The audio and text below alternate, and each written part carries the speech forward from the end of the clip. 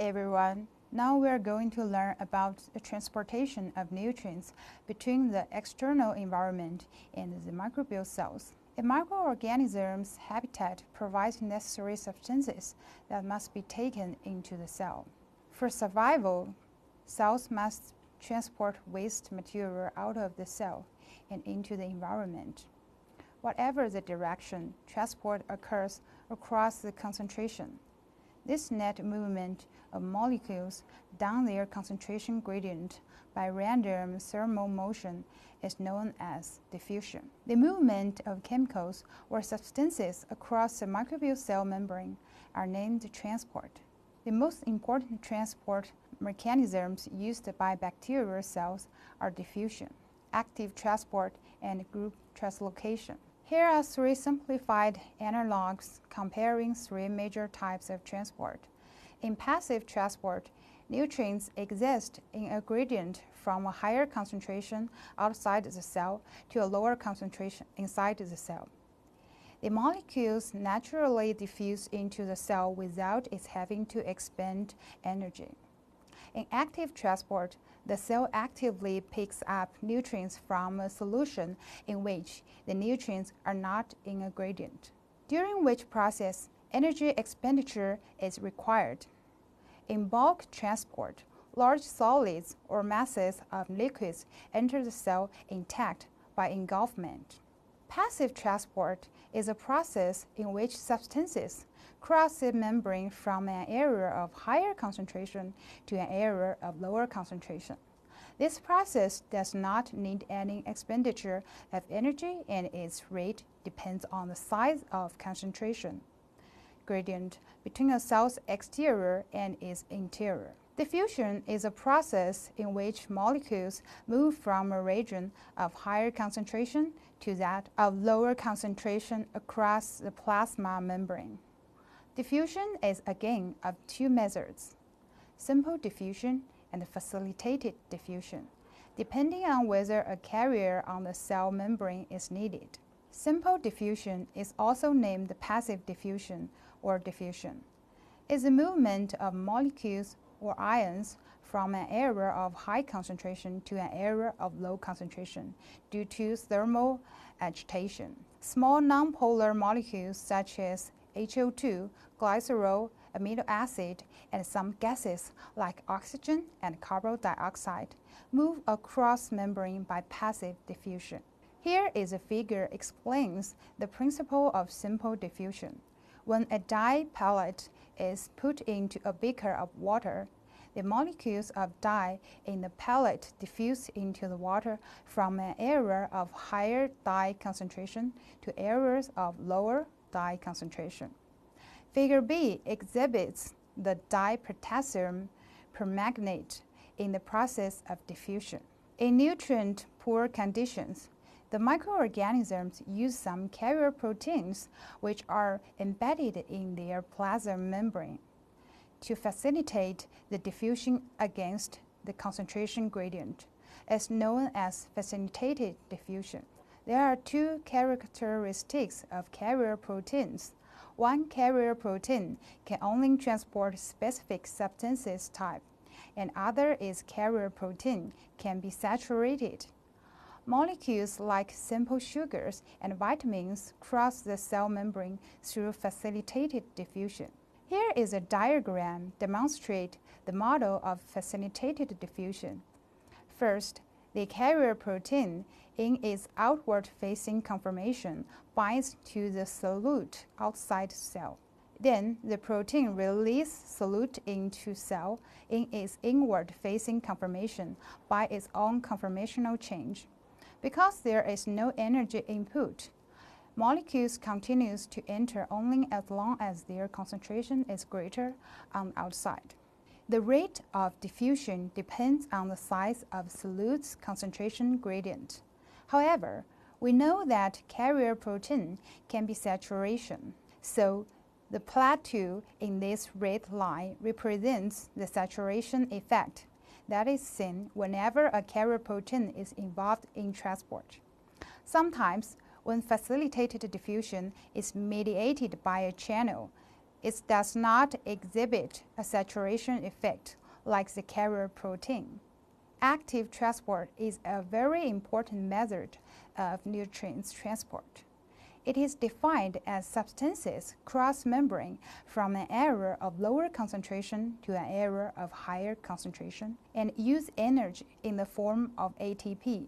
Because it can transport nutrients against the concentration gradient, it is vitally important to the survival of microbes in a low concentration nutrient environment. Active transport and group translocation all requires carrier proteins. Depending on the form of energy provided, active transport can be divided into primary active transport and secondary active transport. Primary active transport uses the energy provided by ATP hydrolysis to move substances against a concentration gradient without modifying them, while secondary active transport couples the potential energy of ion gradients to transport of substances without modifying them.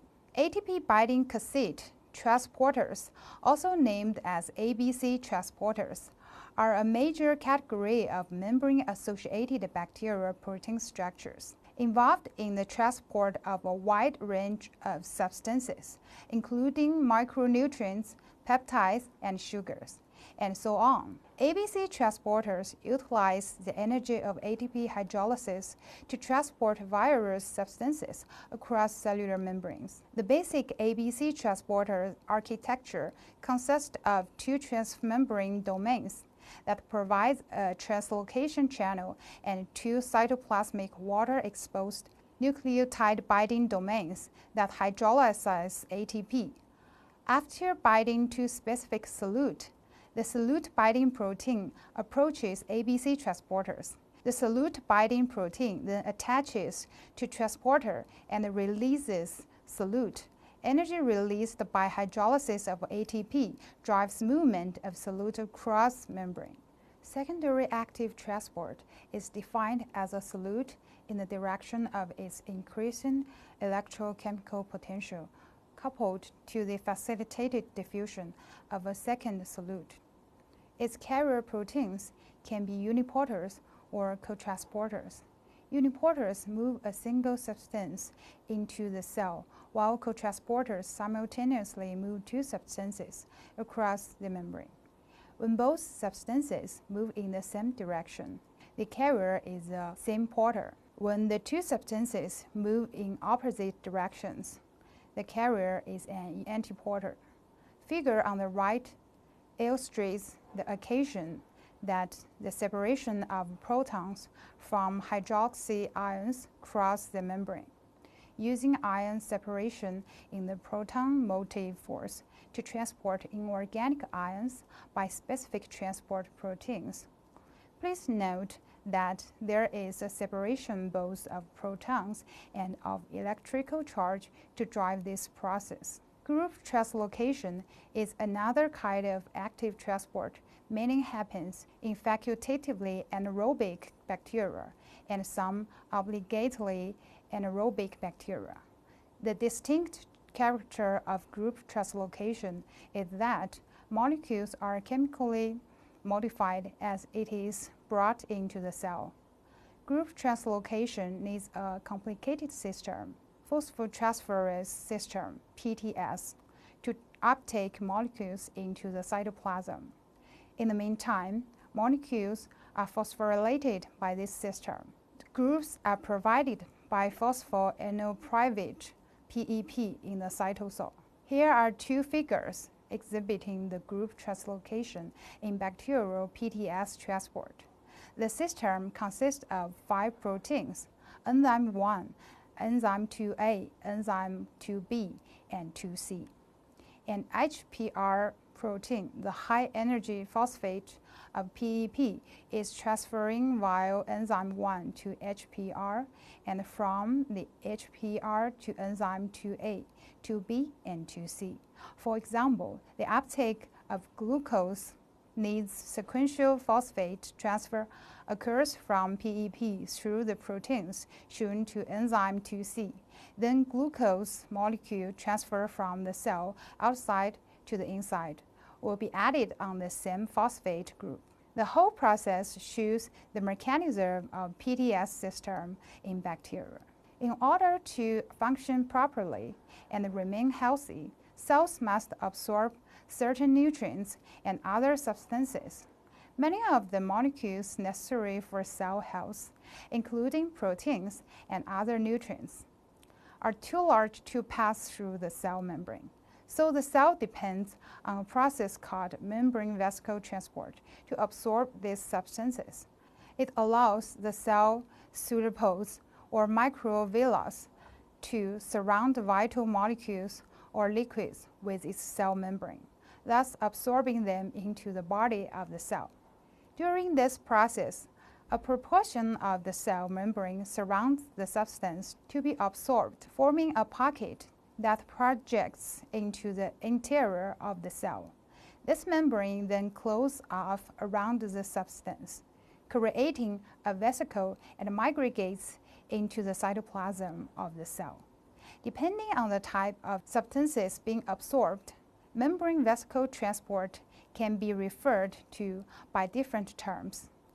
Phagocytosis involves cell absorption of a solid material, and in phagocytosis, the cell absorbs a liquid. Phagocytosis absorbs liquid as well, but also often brings in solid material at the same time. We have studied the different transport processes in cells. Now we summarize this process in this form. Transport can be divided into passive and active transport.